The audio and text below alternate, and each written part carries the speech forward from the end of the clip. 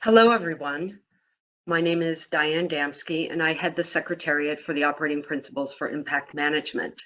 I'd like to welcome you to the episode number 5 of the Impact Principles webinar series. This topic is Gender Lens Investing, Strategies on How to Apply a Gender Focus to the Investment Process. The goal of today's webinar is to present a gender-smart investing framework and share examples of how signatories to the impact principles are applying gender-smart strategies to their investments and directing capital to solutions that promote gender equality. We will also be presenting the guide that was developed by CDC and IFC entitled Private Equity and Value Creation, a Fund Manager's Guide to Gender Investing, and also provide other resources available to impact investors to support their commitments to advance gender-smart investing in their portfolios. I'm delighted to have an incredible panel of experts with us here today. This includes Tim Raji, the founder and managing partner of Alpha Mundi Group, Heather May Kipnis, entrepreneurship and inclusive business lead of the Gender and Economic Inclusion Group at IFC, Marijn Wiersma, the interim gender lead at CDC Group, and Gwendolyn Zorn, the head of impact at FATISA. We will be recording this webinar and it will be posted shortly on the impactprinciples.org website. While we do not have a formal question and answer session, if you have any questions, please post them in the chat and we will do our best to address them during the session. Now, gender is one of the impact themes for which signatories to the impact principles often ask for guidance. There is an increasing amount of initiatives and resources to support investing with a gender lens. For example, the 2X Challenge calls for the G7 and development finance institutions to collectively mobilize $3 billion for gender. Tim will share with us Alpha Mundi's leadership in the Gender Smart Entrepreneurship Assistance Research Coalition. And earlier this year, as I mentioned, CDC and IFC released their guide, Private Equity and Value Creation, a Fund Manager's Guide to Gender Smart Investing. And I'd like to start with Marijn and Heather to discuss the guide. And tell us, when you set out to develop this guide, what were the key challenges that you were trying to address? And were there any surprising findings along the way? And it would be wonderful to hear what resonated most with you. And with that, I'd like Heather to start the discussion. Sure. Thanks so much, Diane. It's great to join today's discussion alongside Marijn and Tim and Gwen. First, it's also great to hear that signatories have been asking for guidance on gender. I think it's definitely a sign of the time that we're seeing, and we're seeing this as well. I mean, there's continuing interest, particularly from, if we look at our funds investments, particularly interest from GPs, general partners, without them being prompted. So that's exciting. And I think the environment today is very different than it was 5 years ago, where a lot of the tools coming out, a lot of the information was really focused on the why, the business case on why should we even be looking at our investments to see how they can drive solutions towards gender equality. And there's really been a shift to the how. And that, I think, is the essence of the collaboration we had with the CDC and also with support from the Government of Canada to put together a guide for gender smart investing. And although it focuses on private equity, a lot of the tools and processes can be applied by any investor. And one thing that I think we realized, and that surprised us, is that there is no one approach to using capital in a way that promotes gender equality. But there are smart steps that investors can take. And those steps depend on really your investment thesis, what sectors you're investing in, what markets you're investing in. But I think often the challenge is kind of where do you start with all of that? And so I think when CDC and IFC, when we set out to create this guide, we collectively realized, okay, we've been engaging over 160 GPs and LPs, whether it's through our investment portfolios or even more public activities such as roundtables, workshops. CDC has these great master classes they run. IFC has created some trainings for our fund managers. But what we consistently found over and over that we were hearing from fund managers were two questions. So one is, how can I, as an asset manager, drive adoption of gender lens investing across my firm? And two, more so on the deal side, was where do I start? And when I think about my portfolio, how do I think about gender throughout all aspects of the investment cycle and operations? And what I'd like to do is just quickly show everyone kind of what the framework is that we created in this guide, because what we wanted to do on the how was really put together a roadmap so that no matter where you are as an investor, whether you're just starting out and looking at your portfolio, or whether you're looking to enhance existing practices and approaches, that there was something for you. And we drew from a lot of leaders in the industry, including the work that Gwen's been leading with Batiza and also with Tim with Alpha Mundi. So Jan, if you could just pull up the slides, and I'll quickly walk everyone through a visual of what's in the guide. These days, I think visual is helpful because we're all online. And you can go to the next slide. Wonderful. So just in short, what we put together was this framework, and we called it the investor's journey. And there's really two sides to this. And I mentioned these two questions that we were hearing. One is on driving adoption across the firm, and that's the left side of the journey. And the other side is how to look across your deals. And on the firm level, really what we put together was two sides. One is, how do you strengthen diversity within your firm? And what we're seeing is, because there's such a dearth of women in senior investment roles, it's growing. There are quite a few investors that want to focus on strengthening gender diversity. And on the flip side, there's also firms that want to look at, how do I really drive and change and adapt my culture within the institution to invest with a gender lens? And I won't dive too much into this because our conversation today is focusing on the deal side. But what I want to quickly highlight here is that there is a relationship between investors that focus on their firm level and strengthen diversity and their practices in gender lens investing.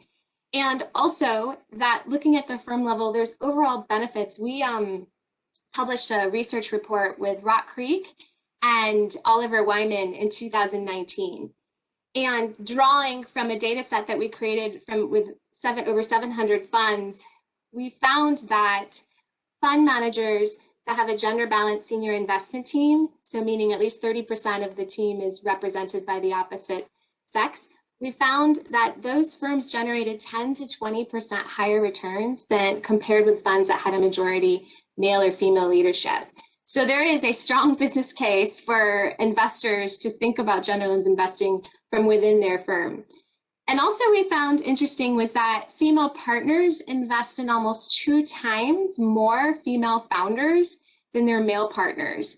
So for those, so that's also a positive relationship between those that are looking at, how do we consider gender diversity in the founders of the companies that we're investing in. Now on the right side, just to switch to the deal side, because that's really the heart of today's conversation. And so on the deal side, what we looked at was, fund managers can adopt strategies in both their origination and their portfolio management. A surprise, I think that at least I had when we created this guide, was a lot of the tools and best practices that were available were really focused more on due diligence. There's due diligence questionnaires that are out there that are easily accessible, and a lot more focused more on the sourcing of deals versus how do you structure deals, how do you consider gender in the analysis, in your investment analysis, and then all the way up into how do you consider gender in terms of your exits. And so while exits may be far off, there's still principles to start to consider, and we put together 6 principles in the guide on that. But on the deal side, the starting point that we found for funds was really selecting, what is your strategy? Where do you want to focus? And then applying that throughout origination and portfolio management. And if you could go to the next slide, Jan. And just to frame the conversation today, so we found 5 gender smart investment strategies that not only CDC and IFC were deploying, but also other leaders and investors. And I think the key point here is there tends to be a myth that we hear from a lot of investors that they can't move forward on gender lens investing because it will restrict their pipeline. And we found that to be a bit of a narrow view because that's often come from the perspective of the only strategy is to invest in female founders. And while that's a great strategy, there are a whole host of other things investors can do, everywhere from investing in companies that are committed to gender diverse workforces, companies that are committed to investing in companies that are committed to respectful workplaces, such as addressing sexual harassment. And so these are the types of strategies that investors can think about when they're deploying their capital.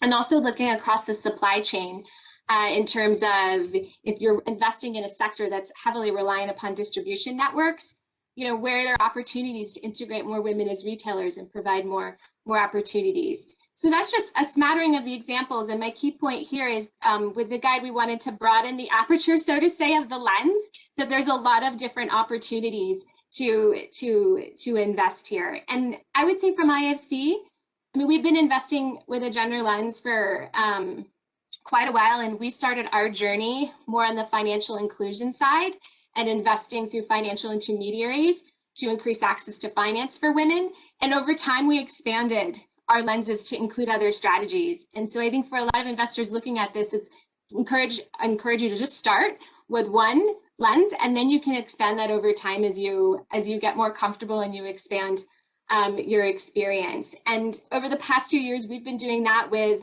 our funds and looking at our own gender investment practices within private equity and venture capital. And it's been interesting because we have over 300 funds in our portfolio, ranging from large growth equity to more SME focus.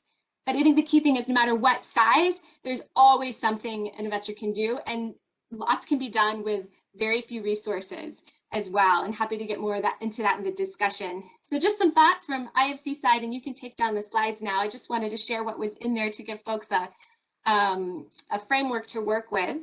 And Marijn, I can keep talking, but it was really great to work with the CDC, and I think we leveraged each other's experience quite a bit in putting the guide, and wondering if you want to speak to CDC's journey. So thank you very much, Heather. And Yen, the slides can indeed go down now, please. So maybe to the point that Heather was making about these two journeys or these two approaches into this whole gender lens investing world, either through the firm level or through the portfolio lens. I work as an interim gender lead at CDC.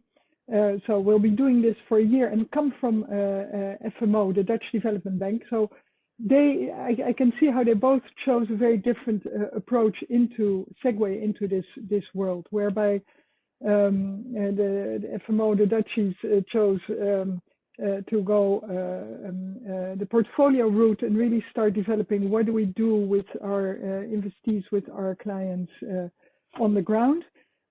Stepping into the world of CDC half a year ago, I was really impressed with the maturity of the conversation around gender and diversity in-house. And the shift we are making now is to expand that to an intentional gender lens in our portfolio. So to reiterate Heather's point, there's different segues into this world.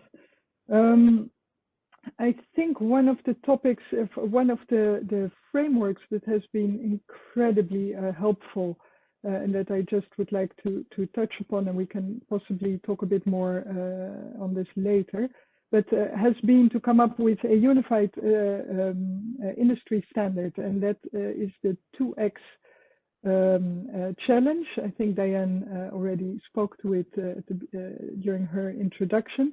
But the 2X chromosome, that is kind of the wink, but the 2X challenge wants to catalyze a lot of money towards gender lens investing. The ambition 3 years ago was to catalyze $3 billion. I think we're ending close to doubling that.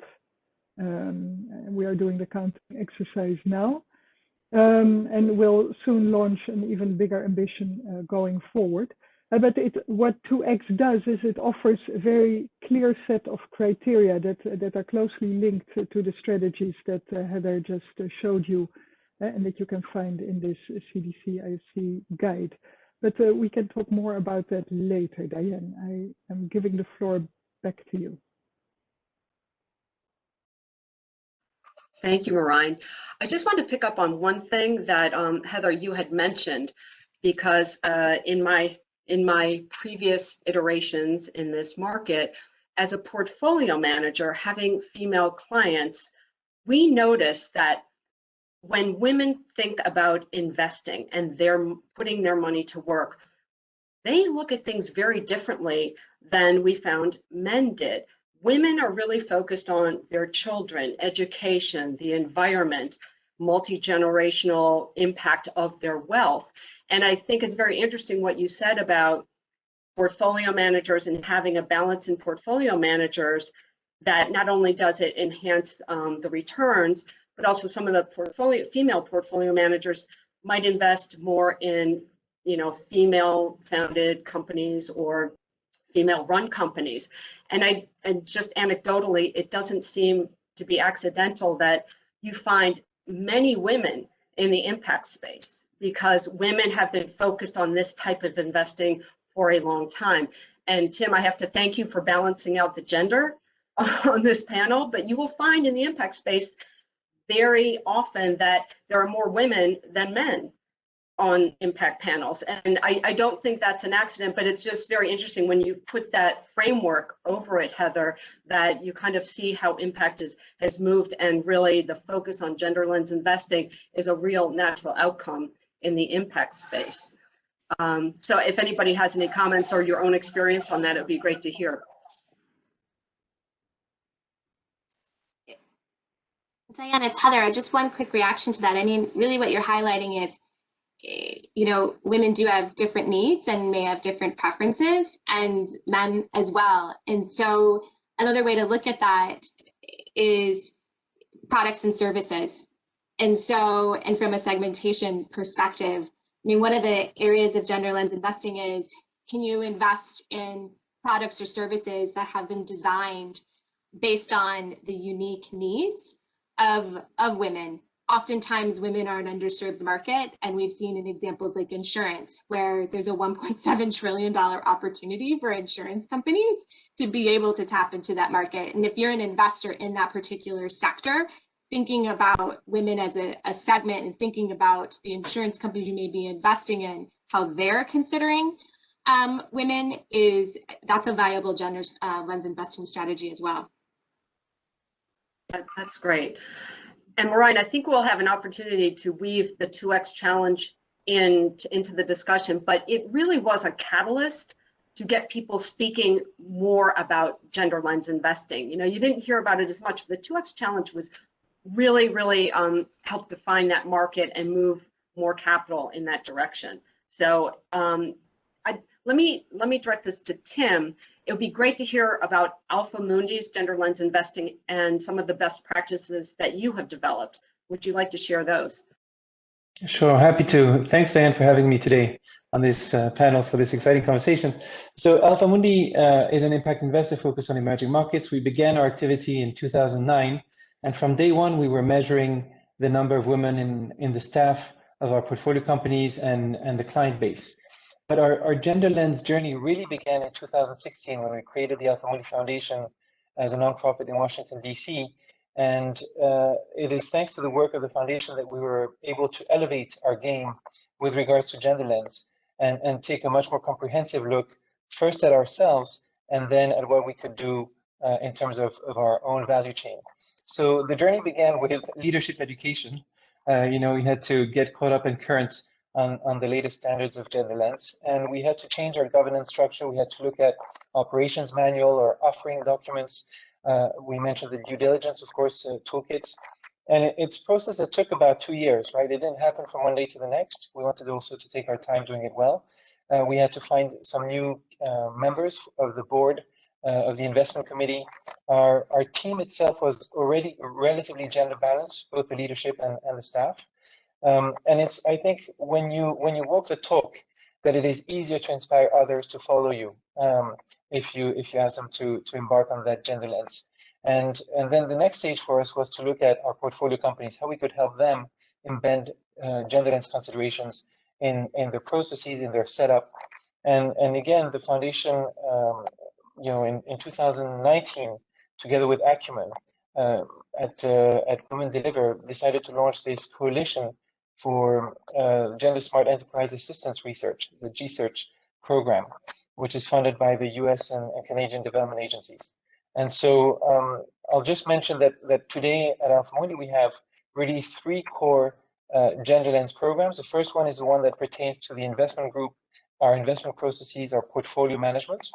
The second one is the one that applies to the foundation and its consortium of partners developing technical assistance assessments in partnership with the University of Michigan. And the third one is a market building initiative for Switzerland. So I'll stop here and I'll let you tell me what you want me to focus on. Well, let's bring in Gwen so she can also share with us kind of the gender lens investing strategies at FATISA. And if you'd like to share some real world examples, those are always very helpful to the attendees. Sure, thank you. And very nice to be with all of you today. So I agree with Maren, and definitely what is core to the process is intentionality, and that really needs to be there to drive the process. So obviously behind that intentionality, you need strategies, you need targets, you need goals, you need standardized metrics that you're using, as well as bespoke metrics depending on the project. You need to be able to make comparisons, and then you need to have rigorous monitoring and reporting. So we've built from origination all the way through exit, detailed impact measurement and management processes that specifically apply a gender lens. So for us, our strategy, we are qualified in our third fund, FATISA Food Fund 2, as a 2X investee, which is very exciting for us. So there are different buckets that you can focus on. So for us, we'll be focusing on the workforce, on leadership, and then to a certain extent, the consumption, so customers as well. But that's not therefore to say we're not also looking at the supply chain, for example. So we really do have quite a broad approach to how we invest with a gender lens. And I think what is important to note is that it's not necessarily, and I think Heather did briefly touch on this, but for us, we don't see it as just investing in women-owned or women-led businesses. We see it as investing in businesses that are driving positive change for women's economic empowerment in one way or another. Yeah, so I think having definitely the policy, having targets, action plans, specific projects, and then rigorous monitoring and reporting is really summarizing our strategy. And sorry, you also asked for examples, Diane? It's always great to have an example. Yeah. Sure. Okay, so I'll give you an example in Rwanda. So we have a housing fund, and when we went on site, there was like a on-the-job training that was going on there, particularly for stonemasons, and we noticed that none of the women on site were participating in this. So the women were doing all the jobs that you would think would be typically reserved for men. So the heavy lifting, carrying the cement, carrying the rocks around the site. All these jobs were being done by women, and then those which were maybe less physically intensive were being done by men, which was interesting. So we asked the site manager, you know, why are there no women involved in this stonemasonry on-the-job training? And he said, well, women aren't interested in stonemasonry. So we then called a staff meeting with all, I think there were about 300 people on site that day, so a very big construction project. And we asked, you know, women who would be interested, and all the hands came up. So we ended up having about 30 women that went through the stonemasonry on-the-job training process. About 30% of those became permanent with the contractor, which in construction is actually a pretty high percentage. considering how many jobs are temporary or casual in the construction industry. So for us there, that was something which kind of happened because we were looking intentionally of how we can drive gender in our portfolio companies. But we do these kind of projects with all our companies, and we have myriad examples. And obviously, if we're driving more into customers or more into supply chains, there you start seeing the quantum of beneficiaries increase. But this is, I think, quite a nice, a nice example, because it shows that where people kind of had this unconscious bias, which is what we're really trying to shift and overcome. Gwen, that is an incredible example. I love that. I'm going to use that in other webinars and discussions. And this is a question for everyone.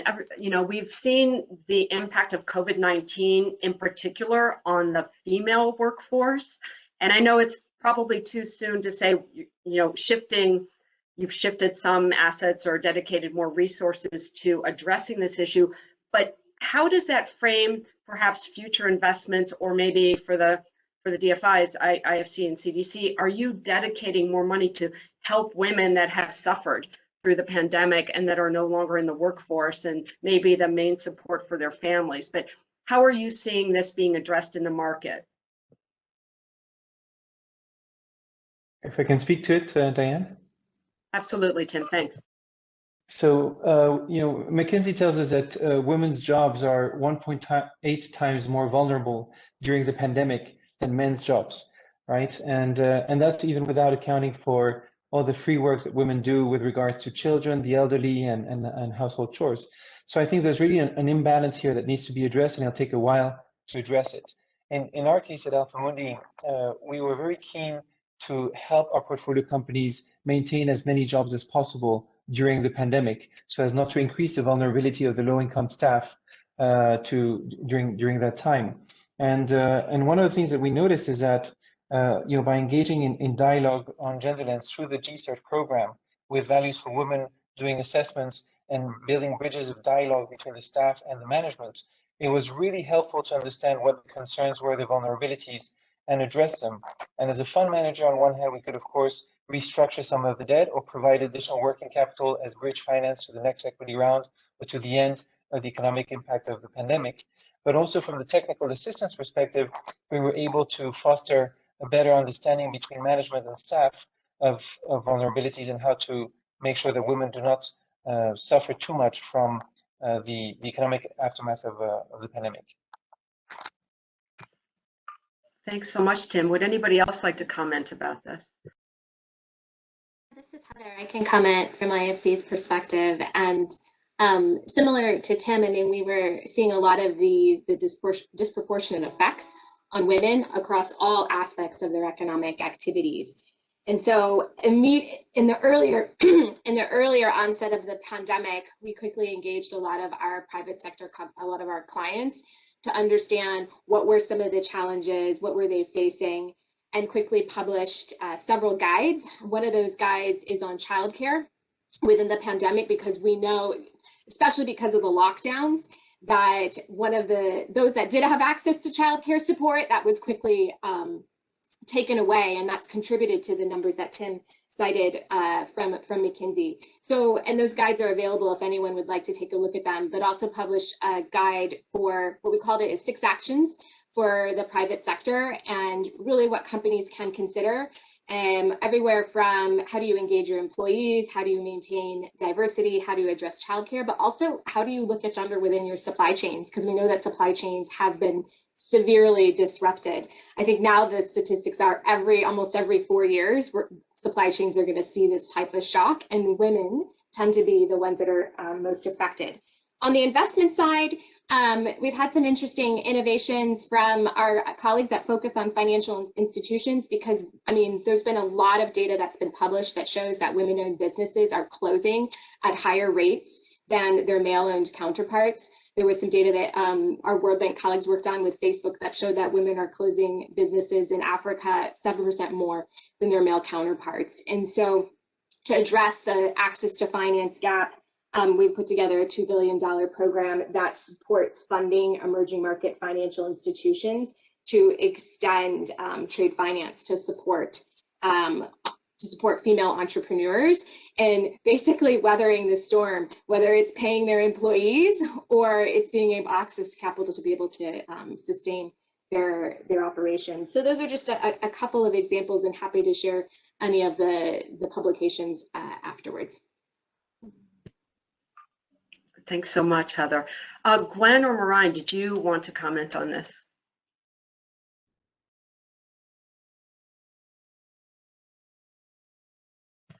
Okay, sure. I will make a comment.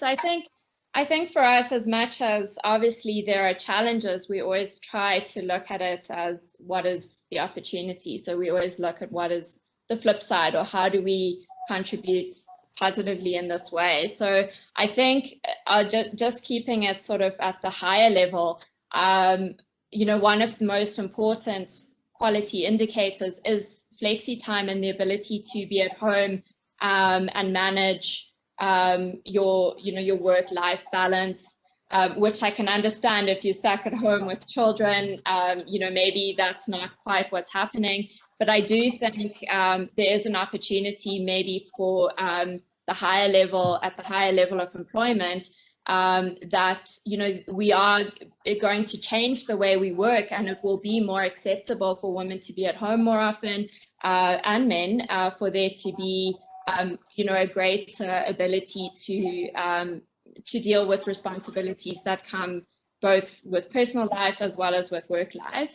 So, you know, that's at a high level. And then obviously it's a different if you're drilling down into, you know, what's happening with smallholder farmers in Africa, for example. Thanks so much, Gwen.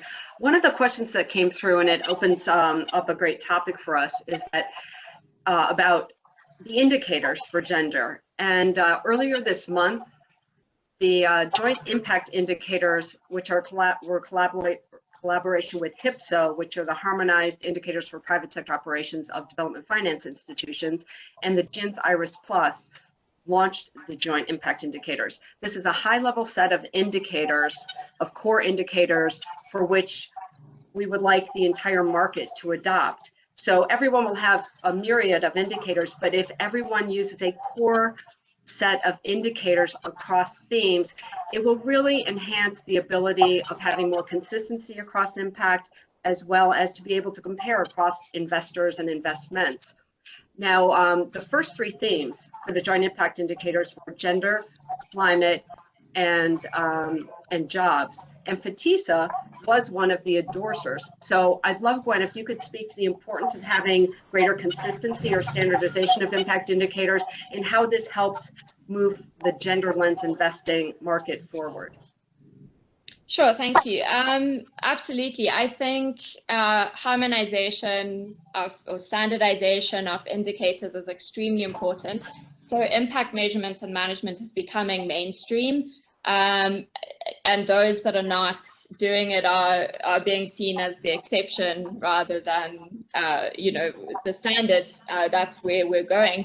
So having unified metrics where we can enable comparability is very, very important. And I think also having that level of transparency that allows you to make those comparisons is important.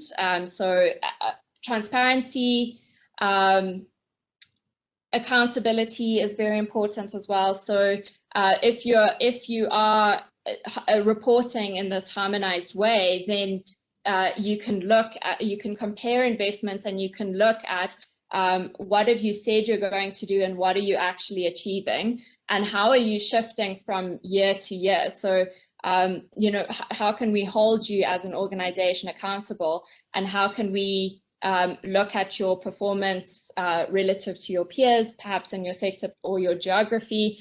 The metrics are pretty generic. There's not many of them, so they're very easy to use.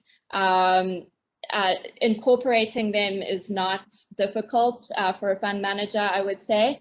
And obviously, one of the other side benefits is it just makes it a lot easier that there is this harmonized reporting amongst LPs, amongst DFIs. So it just reduces the reporting burden on us. And then in turn, if we are using these indicators, not only can LPs make better investment decisions about us, but we can make better investment decisions about where we put our money to. Yeah, thanks, Gwen. And some of the feedback that we received was also for the investees.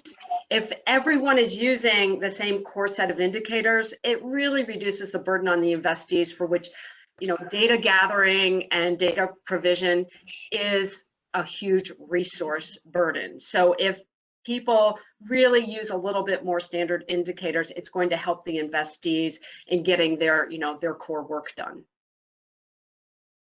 Heather, did you want?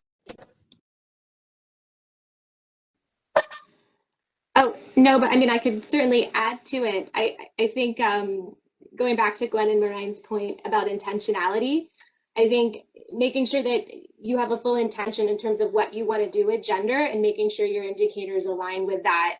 I think for IFC, our approach has really been, okay, what is the gender gap that we are actually trying to resolve within our deals?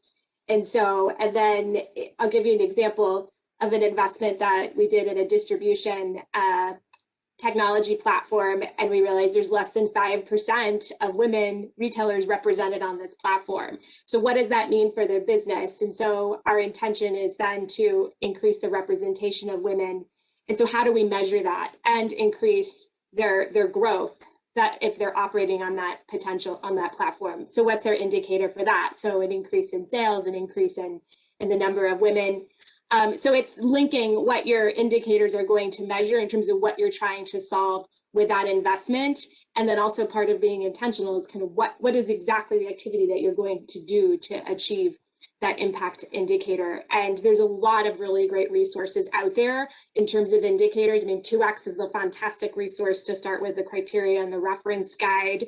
And then also in the joint impact indicators that you mentioned, and they're aligned for the most part. So there's intentions to make sure all of these resources are aligned. And then in the guide, in one of the appendices, we put a list of all the indicators that is aligned with each of the different types of strategies. That pulls from 2X, that pulls from IRIS Plus, and pulls from the HIPSOS working group that created the joint impact indicators. So there's a really great resource there to pull from.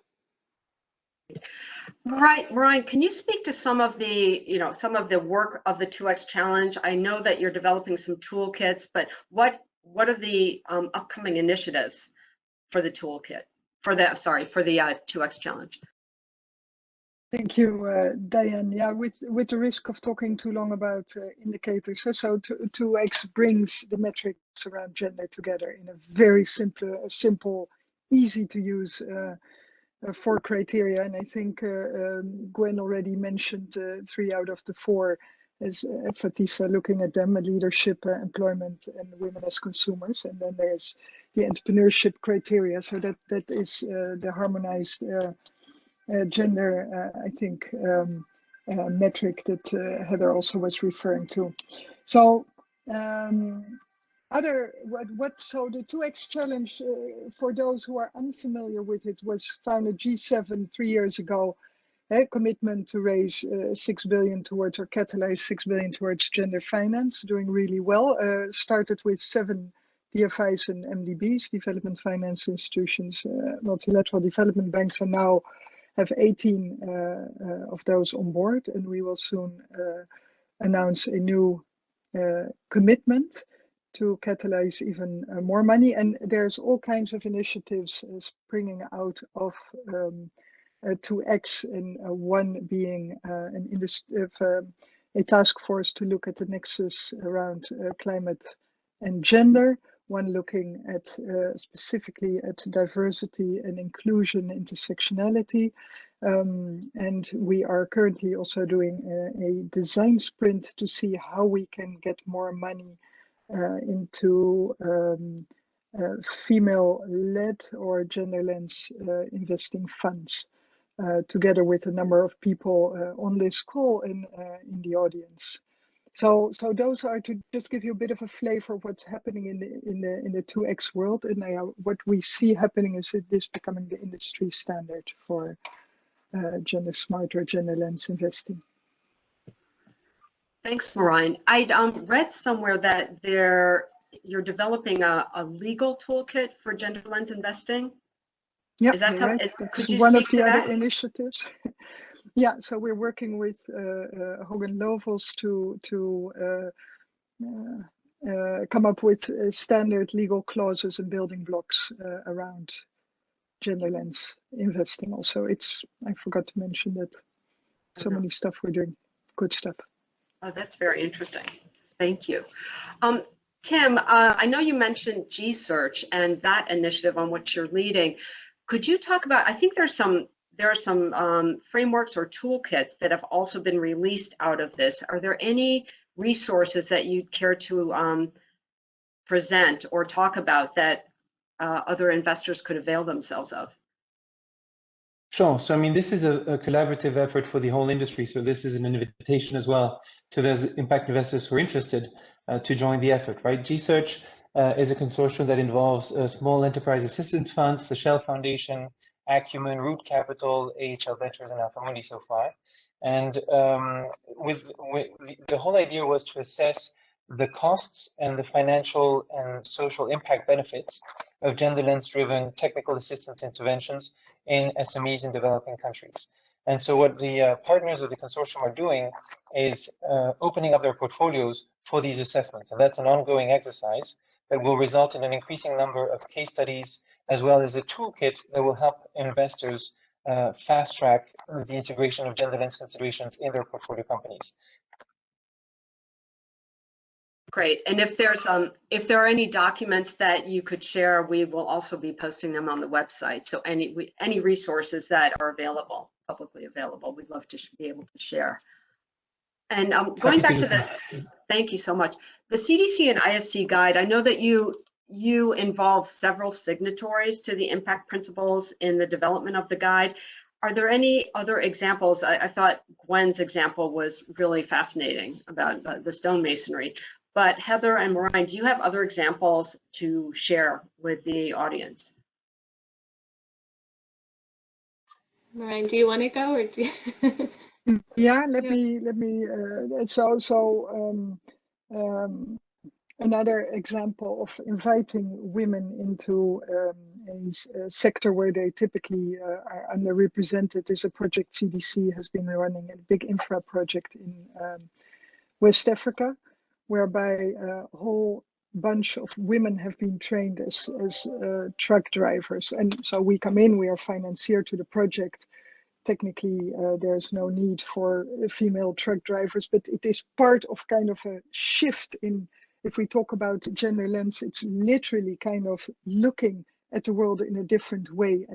And so even if training 50 female truck drivers is not your biggest bang for your buck, it does make a big difference in a project, in a big infra project, if you see the trucks being driven by women. So this one really speaks to the imagination, where what we do with a couple of big banks in Asia is we work to really onboard more women in throughout the different levels of employment.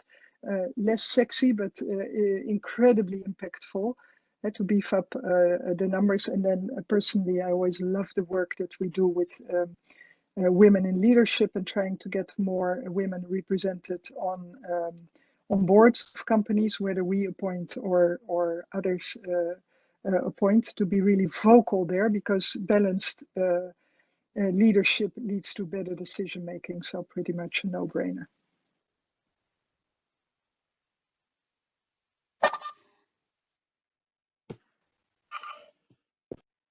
Yeah, and I can add to that great example that Marijn has provided. So, I mean, in the guide, there's several examples from investors that we engage with. I think I saw Joanne from DPI on the webinar here. I mean, I would encourage folks to go take a look at that example. I think, and really it's highlighting in the guide, what are examples of a strategy a fund would deploy. I mean, I like the example and the amazing work that DPI has done, and they're an investee of both CGC and IFC. I mean, they've really made a commitment to increase women's economic empowerment by promoting gender equity within their investment house and across their portfolio companies, particularly in their third fund.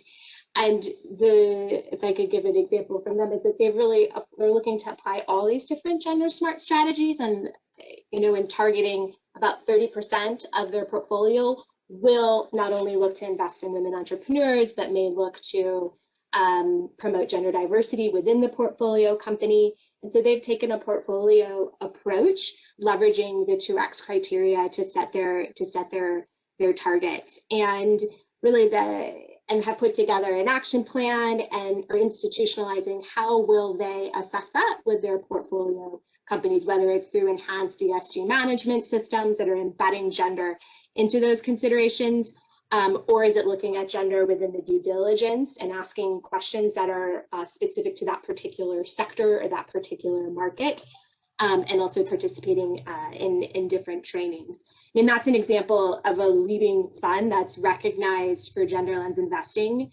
from the guide. I think from IFC's portfolio, I mean, it depends on what you look at. I mean, we've got examples from investing in more on the venture capital side.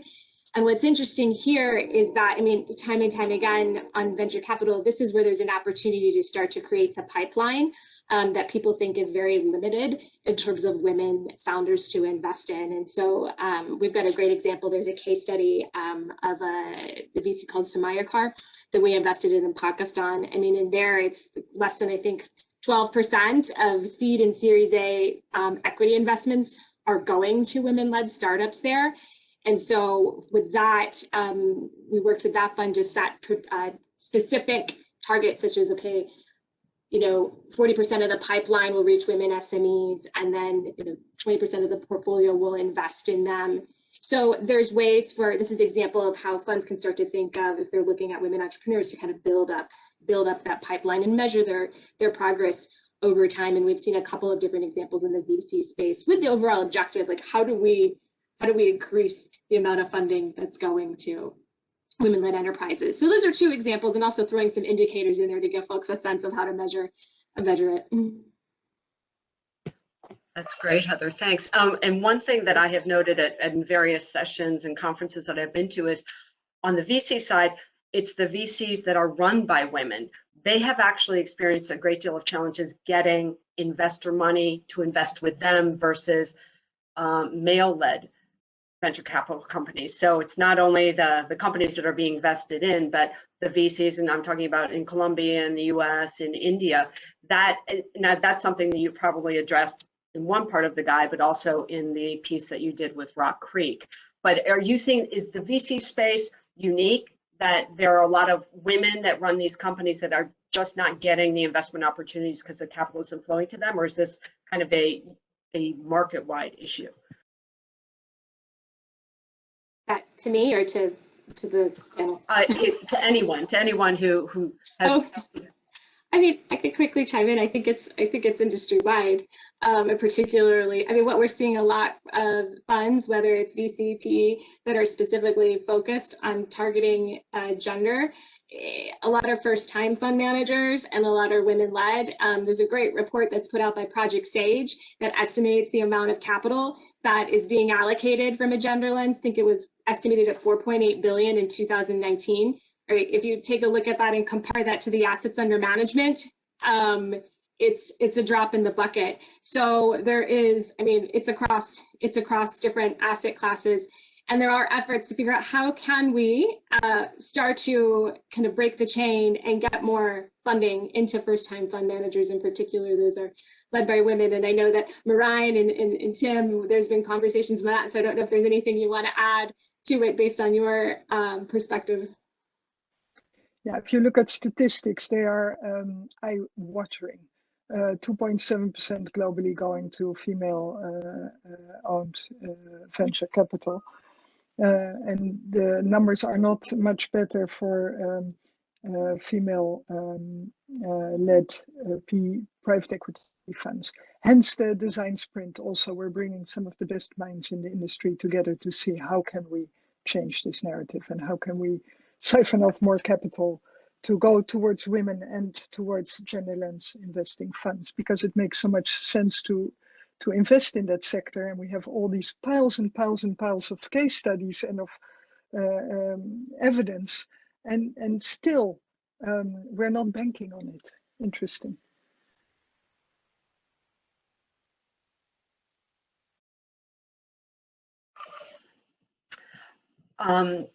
Gwen, I wanted to ask you something about, since you're a signatory to the impact principles, well, all four of you are signatories to the impact principles, and there's implementing each of the principles can be different and difficult or challenging depending upon the sectors that you invest in. And Principle 7, which is responsible exits, meaning you want to sustain the impact once you have exited an investment, that's a challenge for everyone in every market. But do you find that Principle 7 in the gender space might present even greater challenges, or how do you actually incorporate that in your responsible exits, the gender aspect? Sure, thank you. That's a really great question. So obviously, just to answer the question broadly first, when we exit, we look at impact overall, and for us, it's about creating shared value or inclusive business. So any impacts which we have driven or achieved, these should ultimately have a business bottom line value as well. So there's an incentive for that to continue, because it's actually driving revenue, it's driving profit, EBITDA growth, right? So I think if you now apply it to gender, and we are now working with our portfolio companies to set gender policies, to have those in place, to have targets, even stretching targets, to have, as I said, specific action plans in place.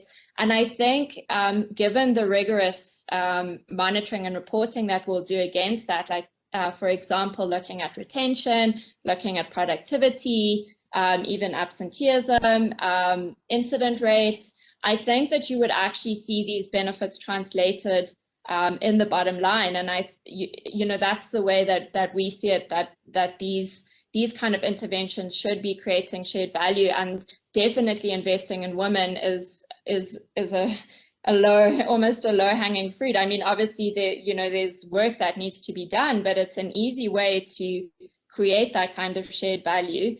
So, going through to exit, I think just being able to have those stats and that business case is really what will sustain it beyond exit for us. And I leave that for the entire panel if you'd like to discuss, responsible exits in the gender lens space. If I may, Diane. Absolutely, Tim. Thanks. So we had a really good experience with a soda company that operated in Uganda, and the case study is in a report that was published and made public in February during the Gender Smart Summit called Gender and Climate Investing. And it's a case study of Phoenix International, which was led by an entrepreneur called Lindsay Handler. And Alpha Mundi was one of the first was actually the first institutional investor in 2012. And by 2018, the company was acquired by French multinational Engie. And that acquisition helped us achieve an IRR of roughly 13% over the course of these 6 years and multiple instruments. Now, what's interesting is that this entrepreneur really upped the company's game with regards to gender lens. The first thing she did is remove the hiring bias. The company was not really aware that they had a gender bias in hiring. And by removing it, they were able to access a lot more talent, which made it a market leader in Uganda and of course, able to expand more quickly in other countries. The second thing she did is empower women who were staff to be trained to become managers and join the senior leadership of the organization. And again, they just reinforced the whole operational capability of the company. And finally, she prepared an ESOP equivalent that allowed the staff to participate in the acquisition and the liquidity event that was acquisition by Engie, called Phoenix Flames. And I think it's so interesting to see all the very tangible benefits to the bottom line that these reforms progressively led to over the course of 6 years. Another thing that they did is create discussion groups with their clients to better understand their women clients' needs. And that led them to introduce clean cook stoves, which was a diversification of the revenue sources for the company, and was in itself a very successful product line. So, with this case study that you can find in this report, I think it's emblematic of what GenderLens can achieve within a reasonable time frame of 4 to 6 years across SMEs in our portfolios in developing countries. And ultimately, Phoenix was able to serve up to its acquisition roughly about 1 million Ugandans in terms of first-time access to solar energy. But after the acquisition, and I get to your point of responsible exit, the organizational culture was so ingrained and so deeply rooted that it remained, right? So once it was acquired by ENGIE, that same culture and these same programs continue to survive and thrive as ENGIE has helped the company expand to 6 or 7 new countries now and double revenues and clients. So I think it's really inspiring that when you take the time to discuss with a strategic buyer what the values are and what the vision is, it really pays off. Tim, that's a great story. That was from the beginning of the investment to the exit. That was a great example of how you're implementing it throughout the life of an investment. And it also addresses what Marijn had mentioned before about the unconscious bias that once you open the discussion to that, people say, oh, of course, this is so obvious. So that's a great example.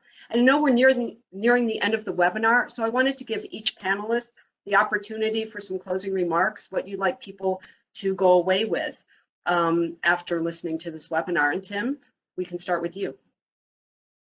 Thank you. So the first is the invitation to join G-Search. If you're an impact investor or donor and you're intent on increasing your GenderLens approach across your processes, your structure, your portfolio, please consider contacting us and working with us. The second one is the GenderLens initiative for Switzerland that we launched on the 8th of March. And this is, with G-Search, we're going downstream to the portfolio and the pipeline. But with the GLIS, the GenderLens initiative for Switzerland, we're going upstream to our LPs, educating them and helping them become more sensitive to GenderLens considerations. And I think that's equally important because then it's easier to talk about it and implement the changes that we need to see. Just taking a step back, and I'll finish with that, we know that there is an incredible wealth transfer and that women are rising as an LP class of their own. They are wealthier and they're more in control of their capital. And I think we need to develop products and services that speak to women as investors.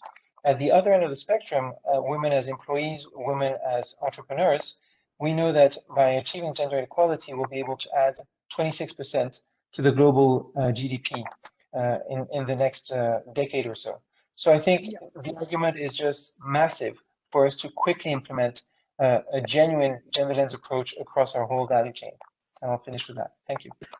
Thank you, Tim. And go ahead, Marijn. I'm sorry. Go ahead. Well, just to reiterate, so GenderLens investing is expanding your investable universe, not shrinking it.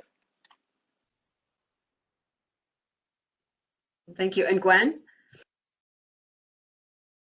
I think what I would like people to take away is just make sure that you have that intentionality, and then there are many resources. So Tim's G-Search, there's the Gen resource repository on GenderLens investing. CDC has a gender toolkit. There's the WEP's gap assessment, that's the Women's Empowerment Principles, and then obviously the guidance provided by 2X. And just because you might not necessarily qualify as 2X, it doesn't mean you can't use those standards or that guidance. So there is a lot out there in terms of how you can implement your strategy and how you're going to define that, and working with portfolio companies. And of course, I mean, the business case is self-evident, and if we are all working towards a more equal world, this is a no-brainer. Thank you, Gwen. And Heather? I would say just start. I think there's apprehension because gender can be seen as complex, but it's just start. I think ask yourself a couple of questions. you know, it starts with counting, but the counting is important to understand where the gaps are. So it's where are women in my portfolio and how does that compare against men? Where are the women employees in the portfolio companies? Where are the women in leadership? And how, you know, look at the difference in the types of capital you're allocating and how much. I think starting there, those are basic questions for those that are new to us, because then you'll see where you can start to focus. And my other ask is take a look at the guide. We'd love your feedback. There's so many resources out there, but we'd love to get feedback on it. Let us know what's working, what's not, so that we can learn from everyone. It's a collective. We're all doing this together in order to increase that minimal amount of capital being allocated. Thanks. I want to thank my panelists, Tim, Gwen, Marijn, and Heather. You were absolutely fantastic. It was a great discussion, and thank you for attending. We will be sending out the webinar via email, and I think we should attach some of the links to the various resources that you all mentioned. And again, if you have any questions, please reach out, and we will be happy to address them or forward them to the people that can address them for you. Again, thank you so much, and have a great day. Bye-bye. Thank you. Bye. Thank you.